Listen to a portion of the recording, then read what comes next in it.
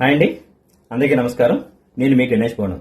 విద్యుత్ ఉద్యోగులు చేస్తామని చెప్పిన సమ్మె ఏదైతే ఉందో అది వాయిదా పడింది.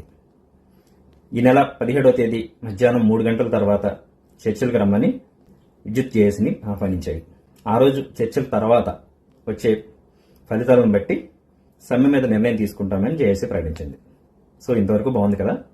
అయితే ఇప్పటివరకు జేఏసీని చర్చలకి యాజమాన్యాలు ప్రభుత్వం 3 సార్లు పిలిచింది కదా.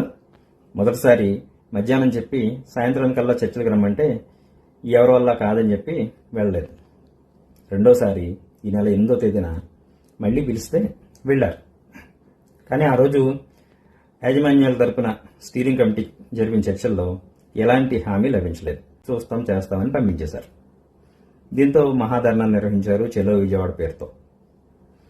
ఆ తర్వాత ఈ నెల 14వ తేదీ అంటే నిన్న మళ్ళీ చర్చలకు పిలిచారు. సాయంత్రం 6 గంటలకు మొదలైన చర్చలు రాత్రి 12 వరకు కొనసాగాయి. అప్పటికి ఏమీ తేలలేదు. చివరికి ప్రధానమంత్రి పర్యటన రాష్ట్రంలో ఉన్న కారణంగా సమ్మెని 2 రోజులు వాయిదా వేయమని ప్రభుత్వం కోరింది. దీంతో జేఏసీ కూడా సరే ఒక 2 రోజులు చూద్దామన్న ఉద్దేశంతో ఈ నెల 17 వరకు అంటే చర్చ జరిగేంత వరకు సమ్మెను వాయిదా వేస్తున్నట్టు ప్రకటించింది. అయితే చర్చల వేళ జేఏసీ తోటి స్టీరింగ్ కమిటీ సభ్యులు కాంట్రాక్ట్ ఎంప్లాయీస్ ఎవరైతే ఉన్నారో వాళ్ళని విద్యుత్ సంస్థల్లో విలీనం చేయాలనే ప్రతిపాదనను మాత్రం ప్రభుత్వం అంగీకరించట్లేదు అనే విషయాన్ని స్పష్టం చేశారు.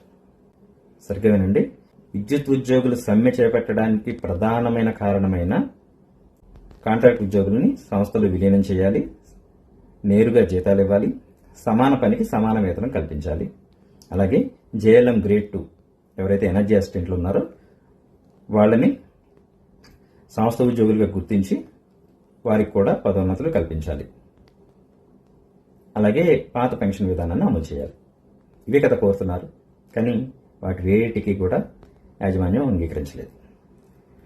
మరి సమ్మె జరుగుతుందంటారా లేదంటారా? 17వ తారీఖున తేలుతుంది. అంతవరకు వేచి చూద్దాం. ధన్యవాదాలు.